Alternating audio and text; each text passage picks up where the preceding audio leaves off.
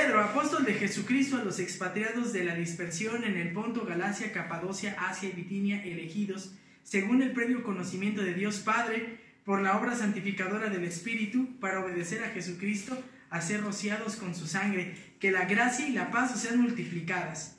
Bendito sea el Dios y Padre de nuestro Señor Jesucristo, quien según su gran misericordia nos ha hecho nacer de nuevo a una esperanza viva, mediante la resurrección de Jesucristo entre los muertos, para obtener una herencia incorruptible, inmaculada y que no se marchitará, reservada en los cielos para vosotros, que sois protegidos del poder de Dios mediante la fe para la salvación que está preparada para ser revelada en el último tiempo, en lo cual os regocijáis grandemente, aunque ahora por un poco de tiempo, si es necesario, seáis afligidos con diversas pruebas, para que la prueba de vuestra fe, más preciosa que el oro que perece, aunque probado por fuego, sea hallada que resulta en alabanza, gloria y honor en la revelación de Jesucristo, a quien sin haberle visto le amáis, y a quien ahora no veis, pero creéis en él, y os regocijáis grandemente con gozo inefable y lleno de gloria, obteniendo como resultado de vuestra fe la salvación de vuestras almas. Acerca de esta salvación, los profetas que profetizaron de la gracia que vendrá a vosotros diligentemente inquirieron e indagaron, procurando saber qué persona o tiempo indicaba el Espíritu de Cristo dentro de ellos al predecir los sufrimientos de Cristo y las glorias que seguirán. A ellos les fue revelado que no servían a sí mismos, sino a vosotros, en estas cosas que ahora os han sido anunciadas mediante los que predicaron el Evangelio por el Espíritu Santo, enviado del cielo, cosas a las cuales los ángeles anhelan mirar. Por tanto, ceñid vuestro entendimiento para la acción, sed sobrios en espíritu, poned vuestra esperanza completa en la gracia que os traerá en la revelación de Jesucristo. Como hijos obedientes, no os conforméis a los deseos que antes teníais en vuestra ignorancia, sino que así como aquel que os llamó es santo, así también sed vosotros santos en toda vuestra manera de vivir. Porque escrito está, sed santos porque yo soy santo. Y si invocáis como Padre aquel que imparcialmente juzga según la obra de cada uno, conducíos en temor durante el tiempo de vuestra peregrinación, sabiendo que no fuisteis redimido de vuestra vana manera de vivir, heredada de vuestros padres, con cosas perecederas como oro o plata, sino con sangre preciosa, como de un cordero sin tacha y sin mancha, la sangre de Cristo, porque Él estaba preparado desde antes de la fundación del mundo, pero se ha manifestado en estos últimos tiempos por amor a vosotros, que por medio de Él sois creyentes en Dios, que le resucitó de entre los muertos y le dio gloria, de manera que vuestra fe y esperanza sea en Dios. Vamos a orar. Padre y Señor que estás en el cielo, queremos agradecerte en esta mañana la oportunidad que tenemos, Señor, de abrir tu palabra y de estudiarla. Señor, te damos gracias porque reconocemos que tu palabra es útil, Señor, es inspirada por ti, es parte de ti y es útil para nuestras vidas. Reconocemos que no tenemos mayor necesidad que acercarnos a ella, Señor, para entender quién eres, para comprender lo que has hecho a favor nuestro, para comprender, Señor, de dónde nos tomaste y lo que deseas de nuestras vidas. Así es que transforma, Padre, por favor, nuestros corazones al tiempo que estudiamos lo que dice en ella. Padre, permíteme ser hallado fiel. Te suplico, Padre, que tomes mi vida en este momento, que tomes todo aquello que he observado, que tomes todo ello que he estudiado, Señor, y que me permita, Señor, ser un fiel mensajero de tu palabra. Permite, Padre, que tu nombre sea exaltado y glorificado por tu grandeza y maravilloso amor hacia nosotros. Que toda la gloria y la honra sea dada a ti y a tu Hijo Jesús. En el nombre precioso de tu Hijo es que oramos. Amén. Pueden tomar sus lugares, hermanos. Pueden tomar sus lugares. Un segundo, porque me voy a poner el cronómetro. Y vamos a empezar, hermanos. Vamos a empezar. Hermanos, pues, primera carta del apóstol Pedro. La primera carta del apóstol Pedro en el capítulo 1, versículos del 13 al 21, en esta parte nosotros observamos cómo el apóstol Pedro animó a la iglesia perseguida a seguir creciendo en la fe debido a que Cristo solucionó su mayor problema, que era la condenación eterna. Eso es lo que enseña el apóstol Pedro en estos versículos del 3 a 21. El apóstol Pedro anima a la iglesia perseguida a seguir creciendo en la fe debido a que Cristo solucionó su mayor problema. Entonces, a la luz de esto, nosotros podemos observar que el texto nos da dos razones para crecer en la fe, a pesar de vivir en medio de las más grandes adversidades. Así es que es muy práctico. Otra vez, el texto nos da dos razones para crecer en la fe. Dos razones para crecer en la fe, a pesar de vivir en medio de las más grandes adversidades. Como ya le mencioné, esta carta que el apóstol Pedro escribe, le escribe no a una iglesia en particular, le escribe a una iglesia que estaba errante, que estaba dispersa, como lo pudimos observar en el verso 1. Pedro, apóstol de Jesucristo, a los expatriados en la dispersión, en el Ponto, Galacia, Capadocia, Asia, Bitinia, elegidos. Ahora, aquí lo importante es saber, pues, por qué estaban dispersos, ¿no? Lo importante es saber por qué esta iglesia estaba dispersa. Bueno, ahorita le voy a dar el título de la predicación, pero ya vimos entonces que vamos a ver dos razones para crecer en la fe a pesar de vivir en medio de las más grandes adversidades. ¿Qué podemos decir de esta carta? Bueno, pues lleva el título de su autor. El autor es el apóstol Pedro, sí, el líder que salió de una comunidad en el norte de la tierra que habitaban, de la tierra de Judea, que vivió en Betsaida y después vivió en Capernaum. Este hombre es Pedro, un pescador, perteneciente a la familia de pescadores. Su hermano era pescador y ese hermano se llamaba Andrés y fue quien le presentó a Jesús de acuerdo al Evangelio de Juan. Y le dijo: ven, hemos encontrado al Mesías. Ve. Y cuando lo conoce, el primer encuentro que tiene el Señor Jesús con Pedro, le dice: tú eres Simón, no vas a ser Simón, vas a ser Pedro, piedra. Prácticamente le dice piedra, y sí, porque le costaba trabajo entender. Pero no solamente era por eso, hermanos. Este Pedro fue un fiel siervo del Señor. Fue un fiel siervo del Señor. Es necesario recordar que aunque traicionó al Señor, fue fiel porque después de haberlo traicionado en aquel momento crítico en que el Señor Jesús fue entregado para ser crucificado, el apóstol Pedro jamás lo negaría. Es más, al apóstol Pedro le tocaría ser acompañado por su mujer en sus viajes ministeriales. Y de acuerdo a la tradición nos dice que le tocó ver cómo crucificaban a su esposa. Y él le insistía a su esposa que se mantuviera fiel al Señor, porque el Señor siempre había sido fiel con ellos. Creo que tal vez lo más doloroso antes de que sean tocadas nuestras vidas es ver ser tocadas las vidas de los seres queridos. Y a él le tocó ver a esto con su esposa. Y cuando le tocó su turno de ser crucificado, por causa del Evangelio, él dijo: yo no merezco ser crucificado como mi Señor. Yo necesito ser crucificado al contrario. Y pidió ser crucificado de cabeza. Y según la tradición, así murió. Así es que sabemos que Pedro fue fiel al Señor y entonces fue fiel al mensaje, al Evangelio, hasta el último día de su vida. Recuerda al Señor, le dijo a su esposa. Ahora, esta carta muestra muchos rasgos de las predicaciones y de los temas tocados por el Señor Jesús en los evangelios. Sin embargo, es importante decir el contexto. ¿Por qué estaban dispersos? Bueno, es necesario recordar que una vez acabado, nosotros al terminar de leer el libro de los Hechos, sabemos que los apóstoles se dividieron la tierra conocida y empezaron a salir para dispersarse y predicar el Evangelio. Sabemos que cerca del año 60 después de Cristo, entre el año 64 al 68 aproximadamente, se desató una gran persecución para los cristianos, resultado del rey Nerón. Y mire que el César Nerón era un hombre despiadado. Pues yo no conozco una persona que le pongan a Nerón. Sé de perros bravos que le ponen Nerón, pero no de personas. Bueno, pues esto tiene que ver mucho con la furia de ese tal Nerón, ¿Qué hizo Nerón? Nerón era un ser bastante ególatra que deseaba construir una nueva ciudad de Roma, y lo que hizo este hombre fue quemar la ciudad. Y cuando vio que al quemar la ciudad la gente prácticamente se le volteó,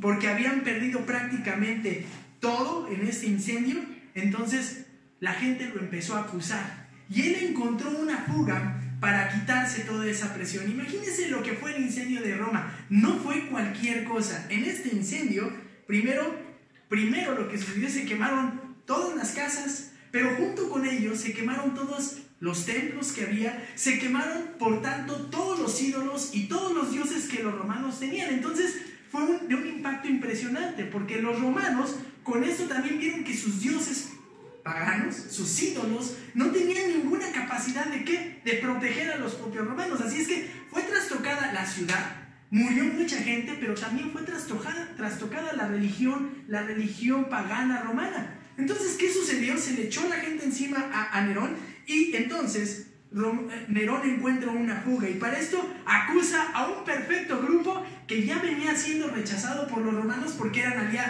tenían de trasfondo al judaísmo. ¿Y estos eran quiénes? Los cristianos.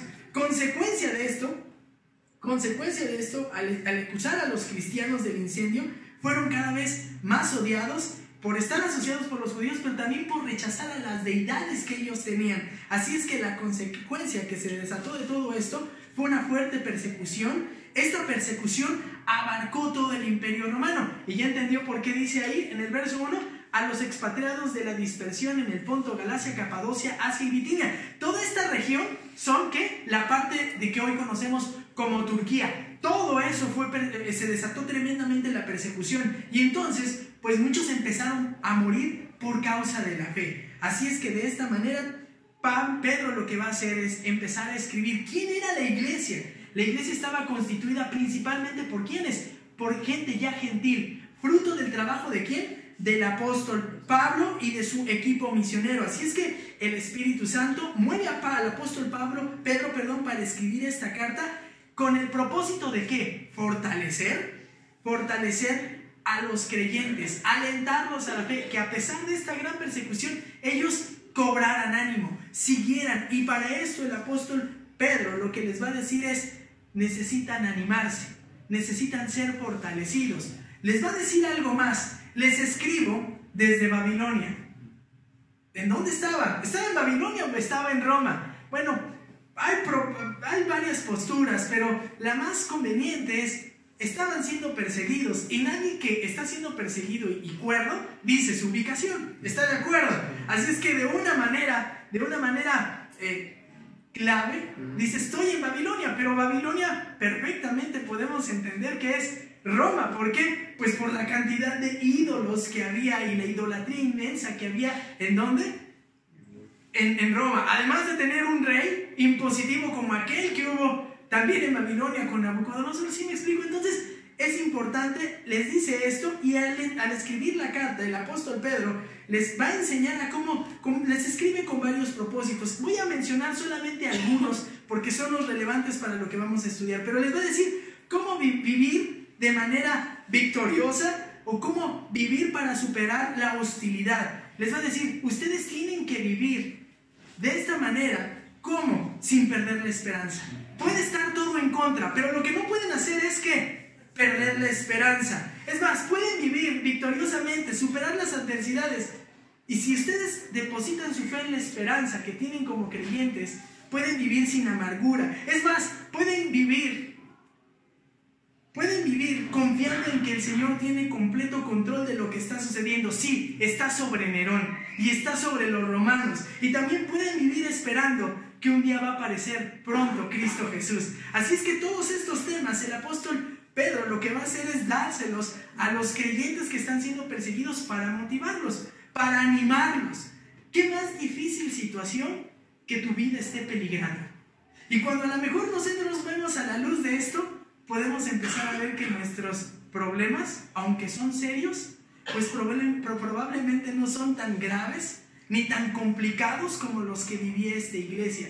a la iglesia le costaba la vida decir, sí, soy hijo de Dios. Así es que observe lo que dice primeramente los primeros 2 versículos. Son los saludos que el apóstol Pedro da a los que van a recibir la carta, pero después en los siguientes versículos vamos a observar cómo dice el apóstol Pedro que los creyentes tienen una herencia.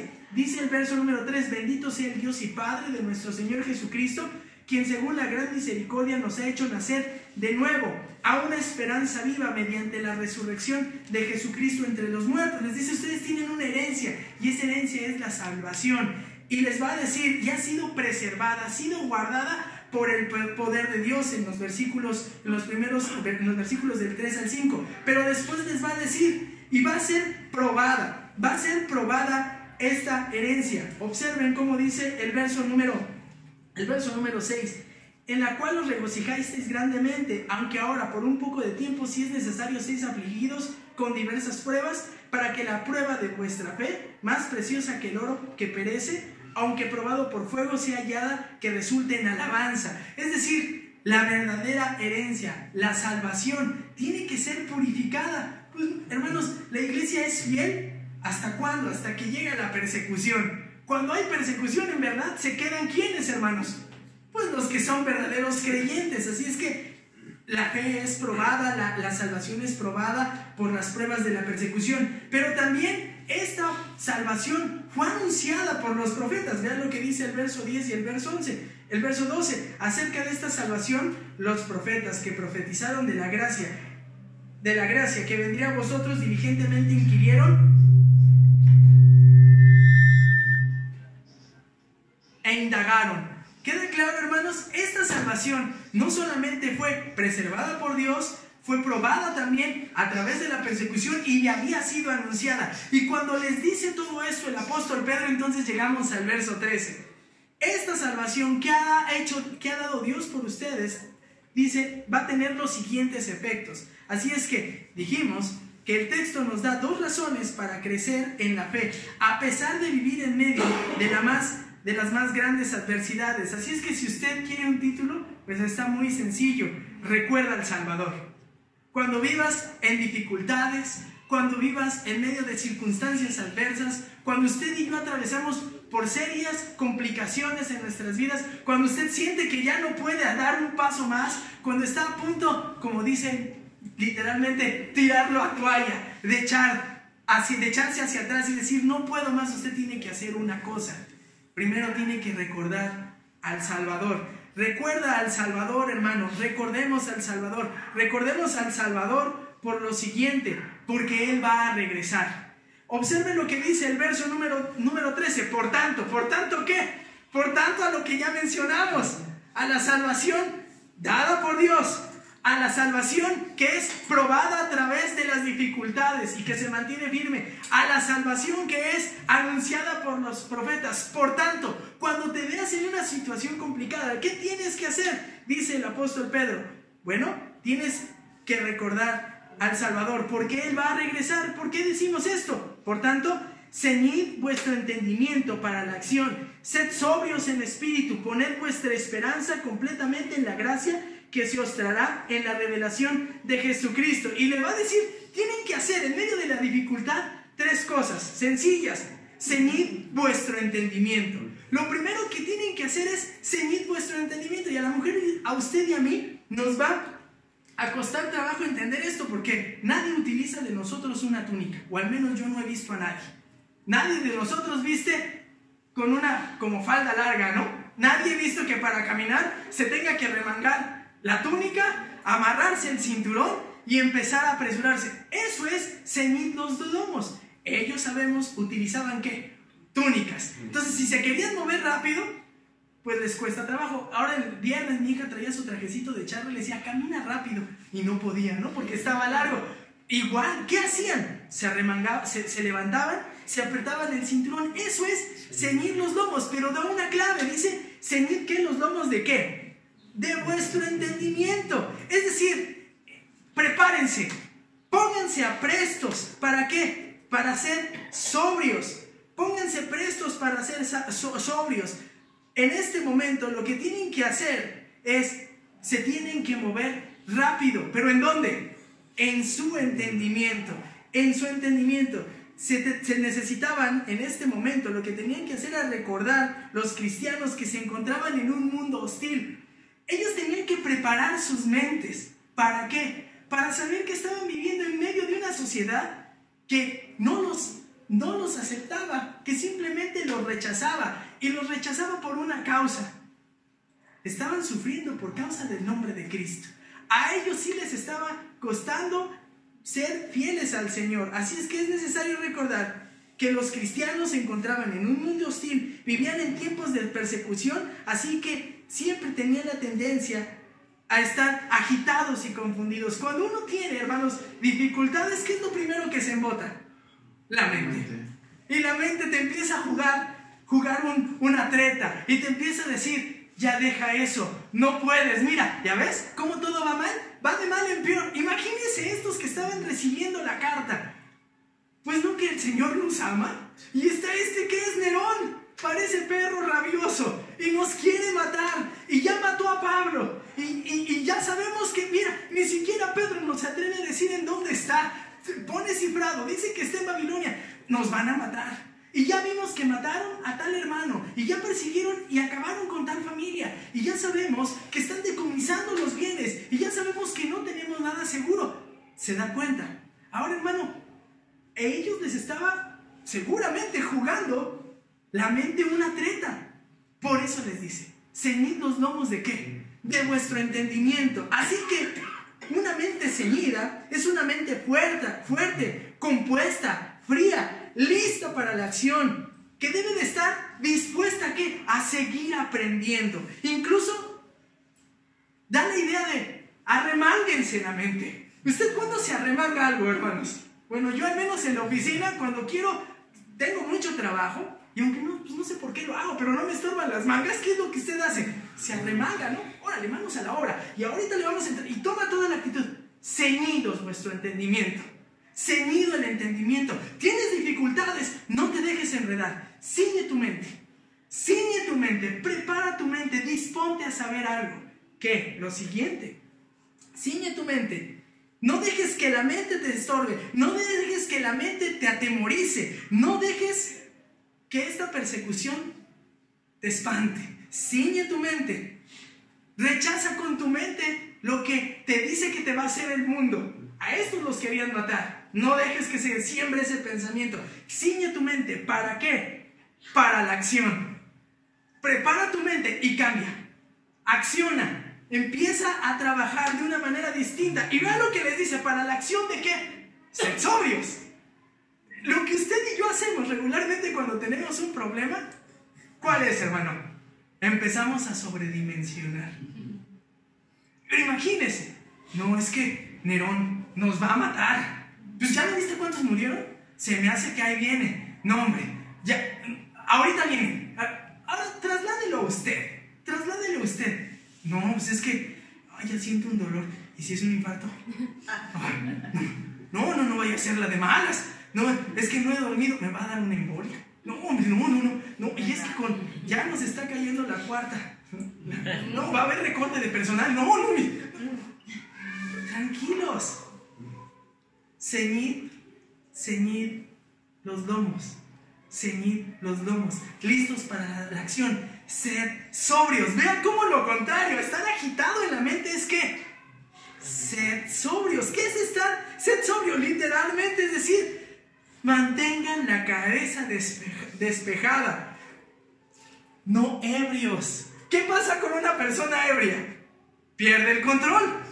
No pierdan el control. Sean sobrios. La sobriedad mental, espiritual, incluyen conceptos, ¿sabe cómo cuáles? De constancia, de dominio propio. No va a dominar mi mente, no van a dominar las circunstancias. Voy a tener dominio en mi mente, pero no por una característica especial, una habilidad especial. ¿Sobre qué es el dominio? Sobre quién es Dios. Vean cómo Pedro en este momento lo que hace es traer, pues, no sé, dígame el nombre de un medicamento tranquilizador. Pues, uno de esos, hermanos, no sé, ¿no? Uno de esos. No que duerma, pero sí un tranquilizante. ¿Se da cuenta? Aquí hay un claro contraste. No te dejes llevar por la histeria. Esto, cuando tienes tus prioridades en orden, nos gasta las energías. Te distraes con lo que está sucediendo. Sin embargo, esto atenta contra tu vida. ¿Qué te aflige, hermano? ¿Quién te aflige? Bueno, ellos eran perseguidos. No sé si hay algo peor. No quiero hacer menos su problema, pero dice, ceñid vuestro entendimiento para la acción. Sed sobrios en espíritu. Y después vean cómo cambia. Ya no veas lo que hay aquí. Les va a decir lo siguiente: poned vuestra esperanza completamente en la gracia que se os traerá en la revelación de Jesucristo. Apréstate, arremángate, sed sobrio, tranquilízate. ¿Sabes qué tienes que ver? No veas el desorden aquí. Ve lo siguiente y vea lo que dice. Precioso. Poned vuestra esperanza completamente en la gracia que se os traerá en la revelación de Jesucristo. ¿A dónde está apuntando? Bueno, poned. ¿Sabe? Me gusta mucho porque poner es esperar. Les está diciendo, aguarden con ansias. Aguarden con ansias, ¿qué? Aguarden con ansias, con expectación, vuestra esperanza. ¿Cuál es la esperanza? La esperanza completa en la gracia que os traerá en la revelación de Jesucristo. Esperen con ansias, porque Cristo está por aparecer. Esperen con ansias que Cristo está por aparecer. La esperanza, hermanos, a la que invita Pedro a los creyentes perseguidos es plena. ¿En qué? Pues ustedes deben de tener una certeza plena de que tienen certidumbre de que Cristo puede aparecer de un momento a otro. Viene de un momento a otro. Y cuando Cristo se manifieste, cuando se ha descorrido el velo y Él aparezca, Dios va a completar su obra en ustedes. Así es que observe, hermano. Yo no sé qué hay en su vida. Y la verdad, hermanos, no encuentro una mejor razón para dar ánimo a una persona, sin importar qué estén viviendo, que decirle, no te dejes envolver por lo que estás viviendo. Tranquilízate. Ciñe tu entendimiento. Sé sobrio. Y pon la vista en la manifestación gloriosa, en la aparición gloriosa ¿de quién? De Cristo Jesús. ¿Sabe, hermano, por qué es bueno poner nuestra esperanza en ello?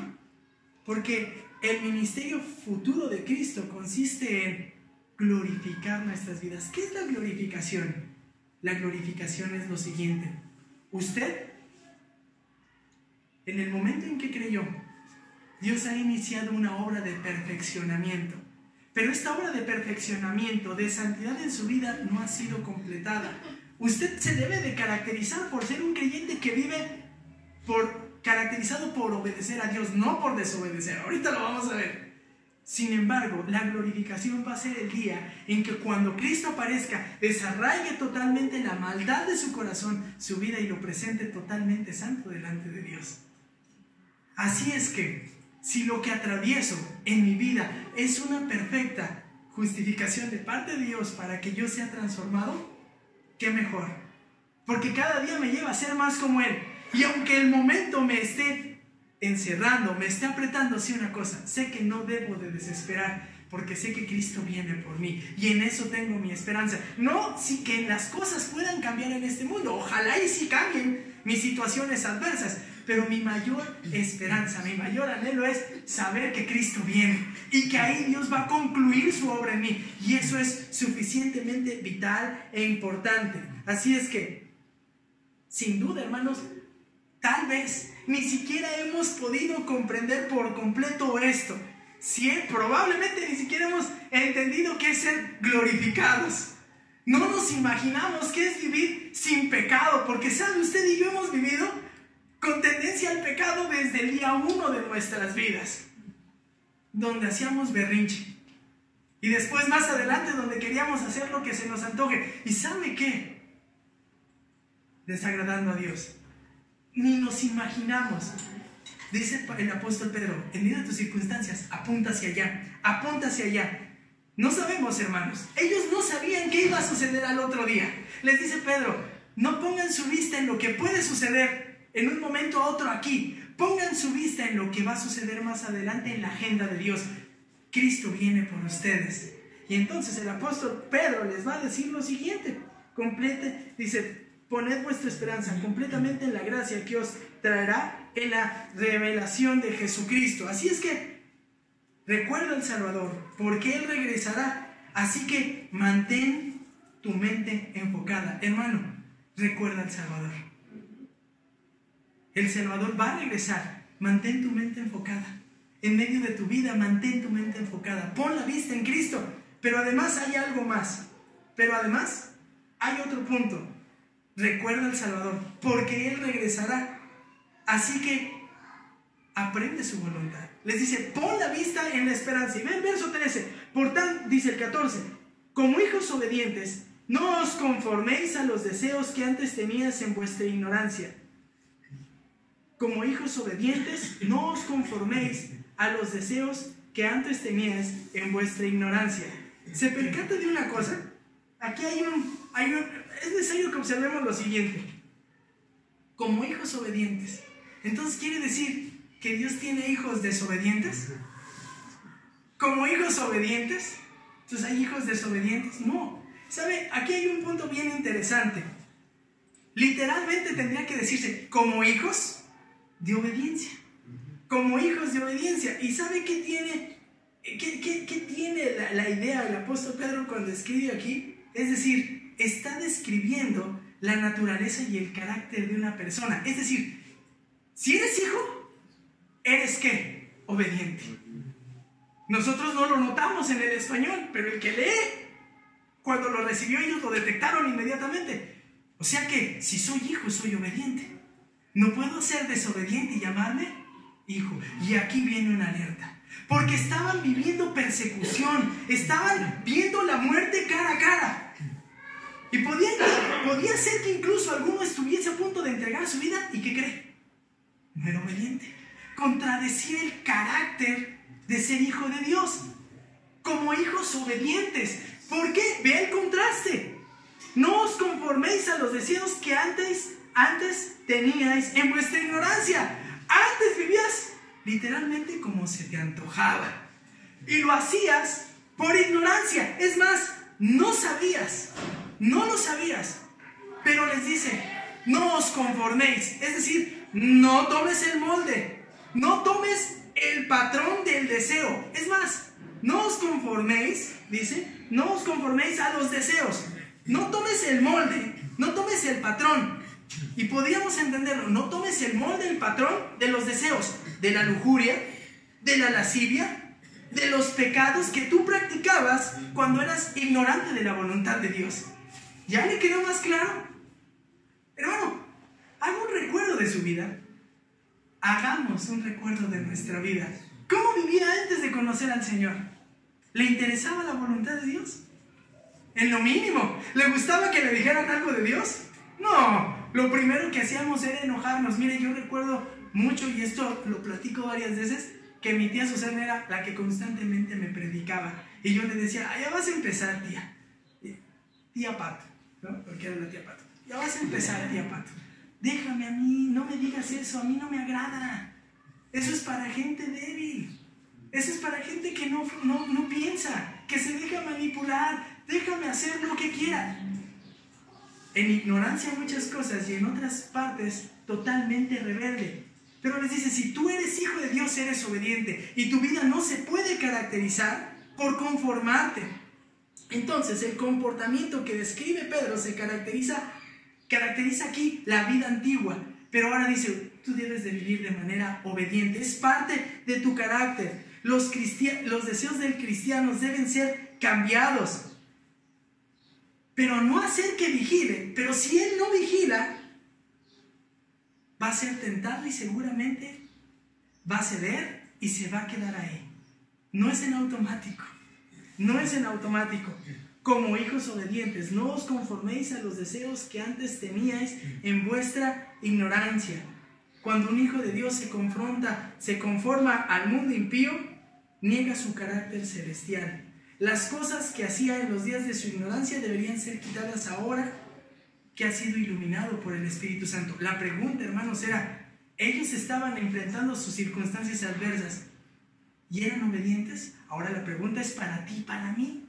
En medio de nuestra vida, tal vez tranquila, tal vez agitada, en medio de nuestros temores, de nuestras inquietudes, ¿cómo respondes a Dios? ¿Eres hijo obediente? ¿Tú y yo somos hijos obedientes o estamos negando el carácter de Cristo? Porque Él va a regresar. Recuerda al Salvador, Él va a regresar. Así que aprende su voluntad. ¿Cuál es la única manera de no conformarnos? Pues viendo la palabra, entendiendo lo que a Dios agrada. Pero hay algo más. Recuerda al Salvador, porque Él regresará. Ya dijimos, así que mantén tu mente enfocada, así que aprende su voluntad, pero también vive en santidad. Y se parece mucho. Y observe cómo nuevamente va a repetir el apóstol Pedro. Dice, sino que así como aquel que os llamó es santo, así también sed vosotros santos en toda vuestra manera de vivir. Porque escrito está, sed santos porque yo soy santo. Es decir, el Hijo de Dios, su carácter es ser obediente, pero es santo. ¿Por qué? Porque se parece a su Padre, que es santo. Y aquí, hermanos, pues lo primero que tenemos que nosotros que decir es que está citando el apóstol Pedro, está citando el libro de Levítico en el capítulo 11, versículo 4. ¿Qué es que Dios sea santo? Dios es puro, sin maldad en ninguno de sus caminos. Es puro, no hay maldad en Él. Los caminos de Dios no presentan maldad. Así que, en vez de invitar, en vez de que el creyente imite al mundo en sus acciones, en vez de que imite sus ideas, sus estilos, sus comportamientos, él lo que debe de encargarse es de reproducir el carácter santo de Dios. Empezarse a apartar de la maldad. ¿Por qué? Bueno, dice ahí el verso número 15. Sino que así como el que os llamó es santo, así también sed vosotros santos. Y deja claro algo el apóstol Pedro. En toda vuestra manera de vivir, que cada uno de tus caminos procuren la santidad, porque Dios es santo. Recuerda al Salvador, porque Él va a regresar, así que vive en santidad, siendo similares al carácter de Dios. Él es santo, por tanto sus hijos son santos. ¿Por qué nos pide eso el apóstol Pedro? Bueno, nos lo pide porque los creyentes glorifican a Dios de mejor y de única forma, más bien, cuando son semejantes a Él. Es decir, lo pongo de la siguiente forma. Usted podrá hablar, usted podrá decir mucho acerca de Dios. Usted podrá pronunciar cantos, oraciones, podrá pronunciar palabras que intenten glorificar el nombre de Dios, que procuren traer gloria a Dios. Pero todo esto es negado cuando usted y yo con nuestros actos contradecimos el carácter de Dios. Y aquí viene y cabe recordar lo que muchas veces hemos escuchado. La gente no busca que le digamos. La gente busca ver que vivamos. Las palabras deben ir acompañadas ¿con qué? Con nuestra manera de vivir. Con nuestra manera de vivir. ¿En dónde? Pues hace rato lo veíamos, ¿no? ¿En dónde? En el hogar. Bueno, ¿quién conoce mejor qué tan santo soy? ¿Qué tan parecido al carácter de Dios tengo? ¿Sabe quién? Mi esposa que me ve. Mi hija que me ve. Ellos perfectamente identifican si estoy viviendo agradando a Dios o desagradando a Dios, contradiciendo el carácter de Dios. ¿Saben quién es más, hermano? Y no tristemente, ahí tenemos la gran oportunidad. ¿Saben cuál es el lugar donde más tiempo usted y yo pasamos? En el trabajo. En la casa algunos, ahí está el trabajo, otros en el trabajo. Y ellos saben perfectamente si yo vivo de manera santa o no. Ellos van a saberlo. Si me río de los chistes en doble sentido, si le sigo al juego con sus cosas, si me presto para las triquiñuelas, los cochupos, ya que andaba de moda, ¿no? La palabra hace unos meses, los cochupos, las mordidas, pues. Ellos saben perfecto, ellos saben qué tanto manifiesta el carácter de Dios cuando desempeño mi trabajo. Si soy de los que les gusta hacerse pato, si le doy la vuelta, si tomo lo que no es mío, si soy un abusivo. Hermanos, recuerda al Salvador. Él va a regresar, así que no solamente mantén tu mente enfocada en la dificultad, aprende su voluntad para que recibas confortamiento en medio de tus circunstancias, pero aprovecha eso para vivir en santidad. Aprovechémoslo. ¿Y sabe qué me gusta mucho? Que el apóstol Pablo le escribe a otra iglesia muy parecida, la iglesia de Tesalónica, que también, de acuerdo a lo que estudiábamos hace unos meses, vivía en gran opresión. Le estaba costando la vida ser fieles al Señor. De hecho, me acuerdo que el pastor nos dijo, ¿con ellos te jugarías la vida? Algo así, ¿no, pastor? Y les escribe lo siguiente: pero nosotros, que somos del día, seamos otra vez sobrios, habiéndonos vestido con la coraza de fe y amor, con la esperanza de la salvación como yelmo. Otra vez, la esperanza de la salvación, porque no nos ha puesto Dios para ira, sino para alcanzar salvación por medio de nuestro Señor Jesucristo, quien murió por nosotros murió por nosotros, para que ya sea que le veamos o que durmamos, vivamos juntamente con Él. Por lo cual, animaos unos a otros y edificaos unos a otros, así como lo hacéis. Y ¿sabe? Cuando vivimos en dificultad, tenemos que regresar a esos textos, saber que hay esperanza y que Dios va a cumplir su plan de perfeccionamiento en nuestras vidas. Y a veces es bueno vivir en dificultad, porque dice el apóstol Juan, 1 de Juan 3:3, y todo aquel que tiene esta esperanza en Él se purifica a sí mismo, así como Él es puro. Cuanto más vemos apretadas nuestras vidas, ¿sabe qué sucede? Más anhelamos el regreso de Cristo. Y esto nos debe de llevar a ser purificados, a ser hijos obedientes, a procurar ser santos. ¿Por qué? Porque Dios nuestro, quien nos planeó nuestra redención, es santo. Así es que, hermano, me agrada esto. ¿Sabe? Hay una buena ilustración de esto en la Biblia. ¿Sabe quién murió sabiendo que el Salvador había de regresar? Recordando a su Salvador, el apóstol Pablo. Imagínense, su vida llena de desgaste. Y al final de su vida, la última escrito por el apóstol Pablo dice: por lo demás, me está guardada la corona de justicia, la cual me dará el Señor, juez justo, en aquel día. Y no solo a mí, sino también a todos los que me aman su venida. Él, a punto de morir, sabía que probablemente ya no le iba a tocar venir a Cristo, pero dice: pero un día va a venir. Y cuando venga ese día, Él me va a premiar. Desgasté mi vida en lo que vale la pena, en la predicación del Evangelio. Me mantuve fiel. Hermano, Dios quiera que al mantener nosotros nuestra mente recordando al Salvador, podamos recordar que Él va a regresar y que eso nos lleve a vivir santamente, aprendiendo su voluntad, pero también que nos lleve a mantenernos con una mente enfocada, no puesta en las cosas que nos afligen. Pero ese es el primer punto. Recuerda al Salvador. Ya dije que el texto nos da dos razones para crecer en la fe, a pesar de vivir en medio de las más grandes adversidades. Uno es, dijimos, recuerda al Salvador, porque Él regresará. Pero también recuerda al Salvador en medio de tus aflicciones. ¿Sabes por qué? Porque Él es maravilloso. Estuve tentado a ponerle, porque Él es sorprendente. Pero dije, no, se va a escuchar como plagio de Marvel. El sorprendente, ¿no? No. Y nuestro Señor no se puede comparar con un superhéroe así, vano, pequeño. No, nuestro Señor es maravilloso. ¿Y saben por qué es maravilloso? Porque pagó nuestra redención. Cristo es maravilloso. El alivio para las aflicciones y las dificultades es recordar al Salvador, porque Él es maravilloso. Y es maravilloso porque pagó nuestra redención. Observa el verso 18. Y si invocáis como Padre aquel que imparte justicia según la obra de cada uno, conducíos en temor durante el tiempo de vuestra peregrinación, sabiendo que no fuisteis redimidos de vuestra vana manera de vivir, heredada de vuestros padres con cosas perecederas como oro o plata. Y sabe, antes de llegar al verso 18, hay algo interesante en el 17.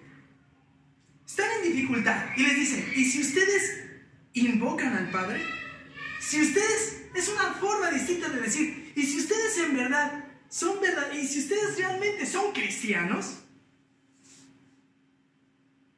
si ustedes invocan como cristianos a su Padre, ahora vea la medicina que les da el apóstol Pedro. ¿Qué vivían en esta iglesia? ¿En medio de qué estaban viviendo? De persecución. Ya los dormí, hermanos. ¿En medio de qué? De persecución. Ahora observen lo que dice. Si invocáis como Padre, si en verdad son cristianos, hijos de Dios, del Dios que imparte, del Dios que imparcialmente juzga según la obra de cada uno.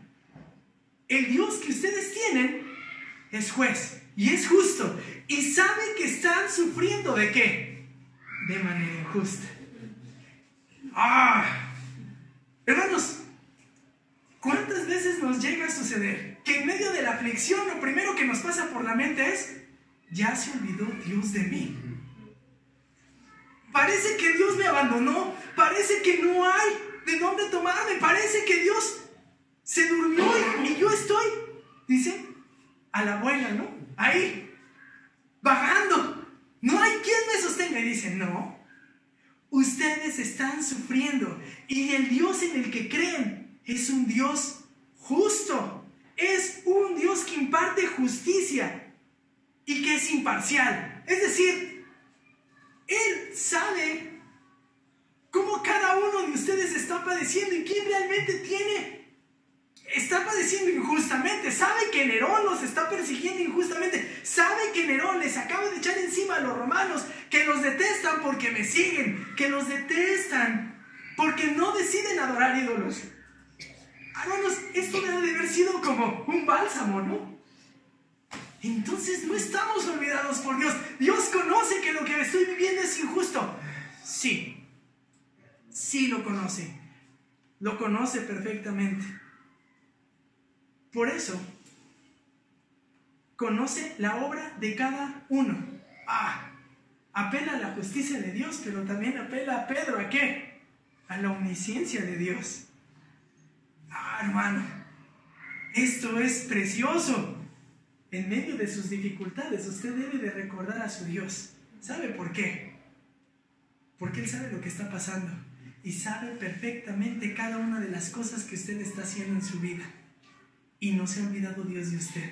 En este caso, vivían perseguidos. Ahora observe. Conducíos, por tanto, conducíos en temor durante el tiempo de vuestra peregrinación.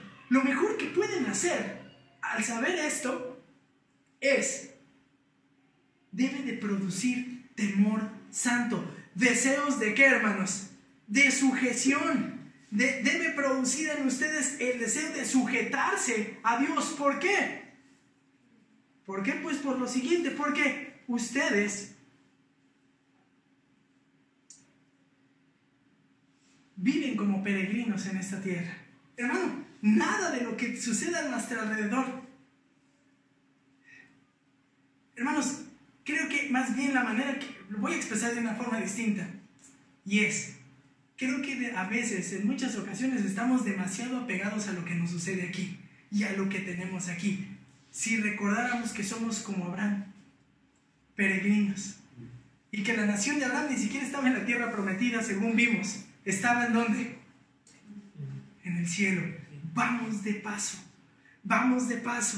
Así es que les dice esto, y corre y dice lo siguiente: sabiendo que no fuisteis redimidos de vuestra vana manera de vivir, heredada de vuestros padres con cosas perecederas como oro y plata, sino con sangre preciosa.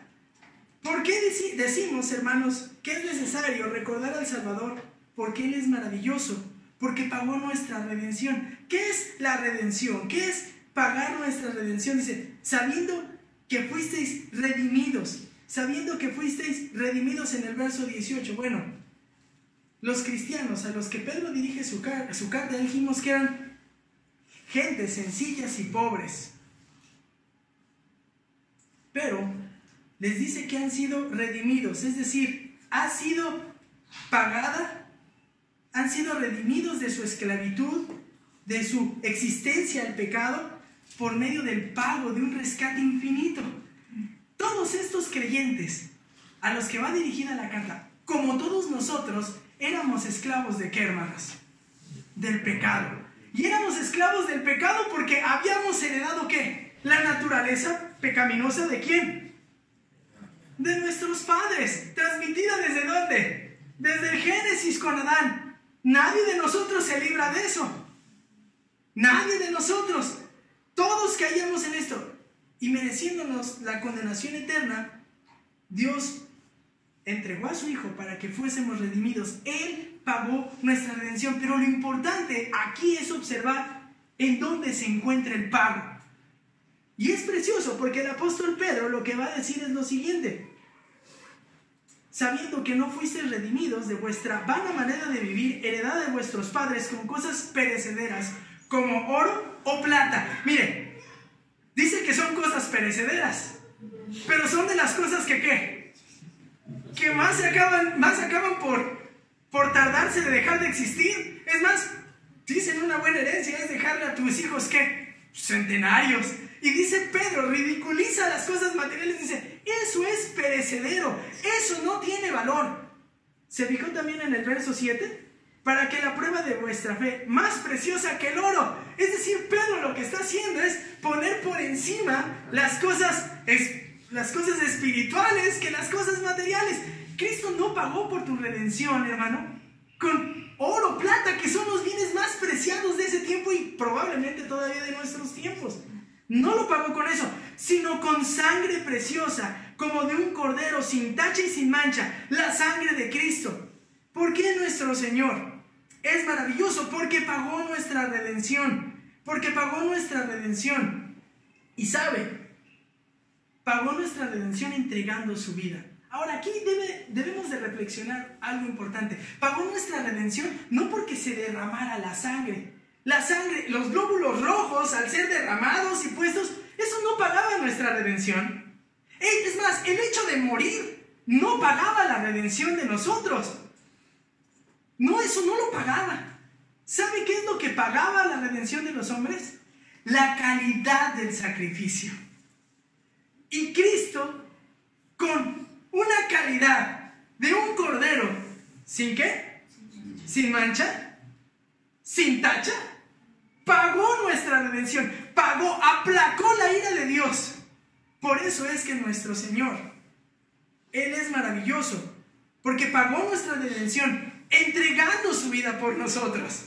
Es decir, cuando leemos siempre la sangre de Cristo, no se nos debe de atravesar por la mente que somos redimidos porque Cristo abrió sus venas y entregó ahí, puso sus glóbulos rojos. No es eso, y no quiero parecer ofensivo y quiero ser reverente, pero lo que pagó nuestra redención es que Él vivió cada uno de los años que estuvo sobre la tierra, cada uno de los meses, cada una de las semanas, cada uno de los días, cada uno de los minutos, cada uno de los segundos, vivió de una manera perfecta para que todos esos segundos, minutos, horas, días, semanas, meses, años fueran atribuidos a ti, a favor tuyo delante del Padre, y sustituir tu vida de pecado por una vida justa. A ti la gloria.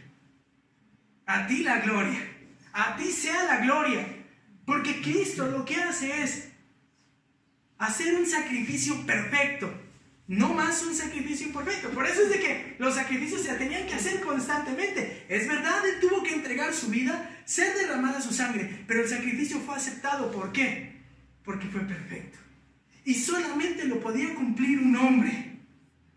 Un hombre que fuese totalmente hombre y fuese totalmente Dios. Y ese es Cristo. Y pensar que Cristo estaba sentado a la diestra de Dios, recibiendo toda la gloria, y decidió bajar a este mundo, tomar forma de hombre y vivir humillado cada uno de esos días por amor a ti y a mí. Dígame si nuestro Señor no merece recordarlo, porque Él es maravilloso.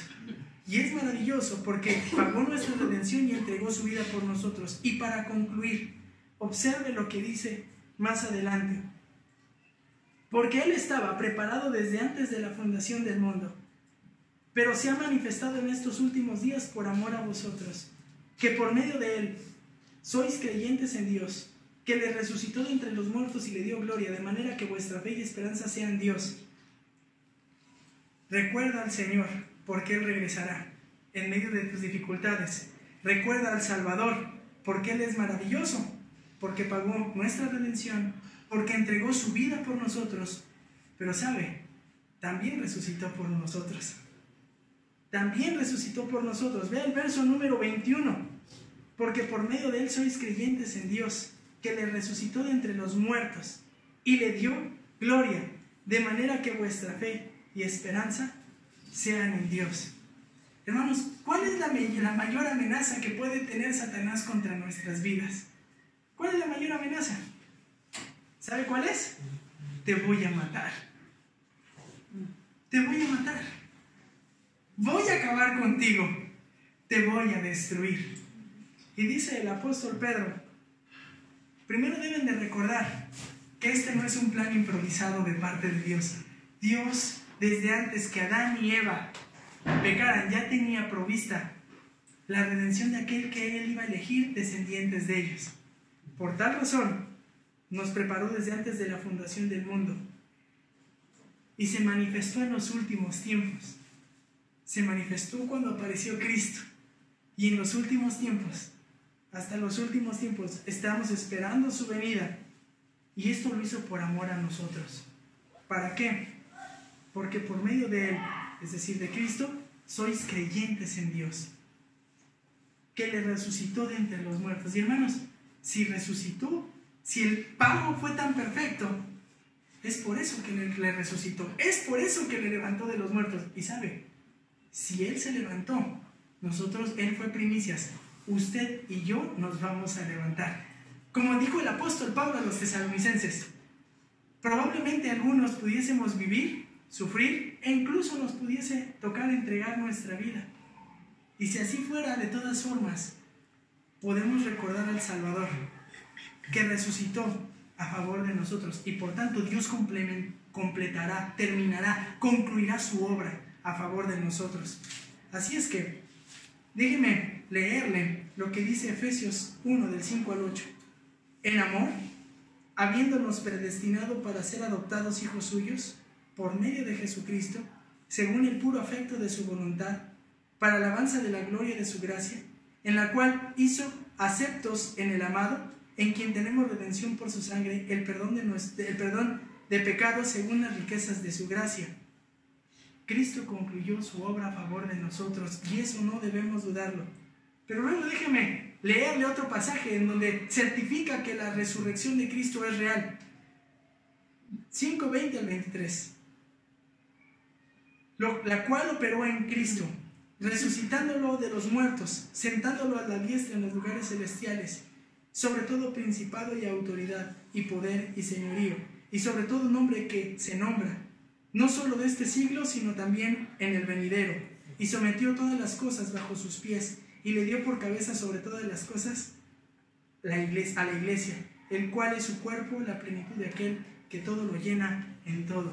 Si Cristo fue resucitado, ascendió a los cielos y vive a la diestra del trono de Dios, y Él es cabeza de la iglesia, usted puede estar tranquilo.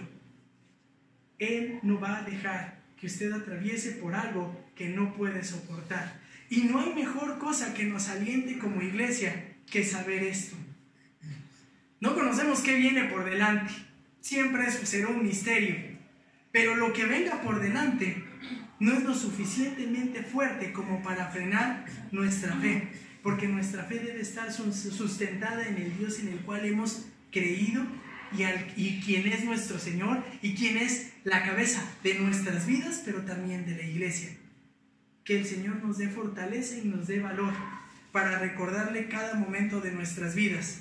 Recuerde entonces al Salvador en momentos gratos y difíciles. Recuerde que el Salvador va a regresar, pero también recuerde que Él es maravilloso. Recuerde que pagó su redención, que entregó su vida y resucitó. Y si Él resucitó y triunfó, nosotros también lo vamos a poder hacer, solo por la gracia de Dios. Vamos a orar, hermanos. Padre, te damos gracias por tu amor y tu bondad. Muchas gracias, Padre, por permitirnos buscarnos y acercarnos a ti. Padre, queremos suplicarte y rogarte, Señor, que motives, que alientes nuestras vidas recordando tu maravillosa obra a favor de nosotros. Padre, no es sencillo muchas veces lo que vivimos en nuestros hogares o en nuestros trabajos. No es fácil ser rechazados, pero te damos gracias porque en ningún momento hemos sido perseguidos por causa de tu nombre. Sin embargo, Padre, te ruego que tú nos capacites y nos prepares, que si esto llegara a suceder, nos mantengamos firmes en la fe. Ayúdanos a hacerlo así. Ayúdanos a morir hoy para poder morir si es necesario por causa de tu nombre. Ayúdanos a no negociar nuestra fidelidad a ti. Ayuda nuestra mente y nuestro corazón para que nuestra mayor motivación, nuestro mayor deseo, nuestro mayor anhelo sea seguirte a ti y sujetarnos a ti. Gracias, Padre. Obra en nuestros corazones conforme a tu voluntad. En el nombre de Cristo Jesús oramos. Amén.